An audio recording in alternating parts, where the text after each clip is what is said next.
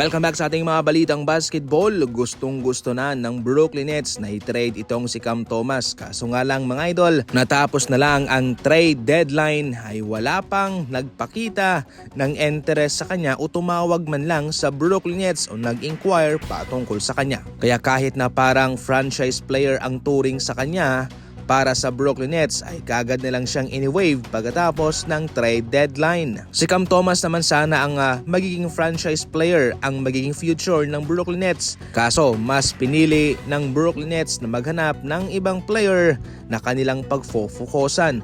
Kaya sa ngayon sa pag-waive sa kanya ay automatic na magiging unrestricted free agent itong si Cam Thomas. Ibig sabihin nun ay pwede naman siyang pumirma sa ibang kupunan. Sa ngayon nga, tinitingnan ang Milwaukee Bucks pati ang Cleveland Cavaliers bilang mga landing spot niya. Pero syempre mag-iiba po ang kanyang laruan sa mga team na ito. Kung sa Brooklyn Nets ay para bang siya yung paimportanteng tao, ngayon kung siya mapupunta naman sa ibang team, most likely ay magiging coming off the bench lang po siya. Sa ngayon mga idol sa Brooklyn Nets, siya ay nag-average ng 15 points. Galing siya sa bangko at kabilang siya sa mga nagpapainit sa kanilang scoring bago siya ini-waive. Maliban sa Bucks at sa Cleveland Cavaliers, saan nyo pa gustong makita itong si Cam Thomas? I-comment lang. Kristaps Porzingis injury update mga idol. Ano nga ba ang kanyang dinaramdam sa ngayon? Sa ngayon ay nagpapagaling pa itong si Kristaps Porzingis sa kanyang Achilles tendinitis. Ang Achilles tendinitis ay ang pamamaga sa kanyang Achilles tendon.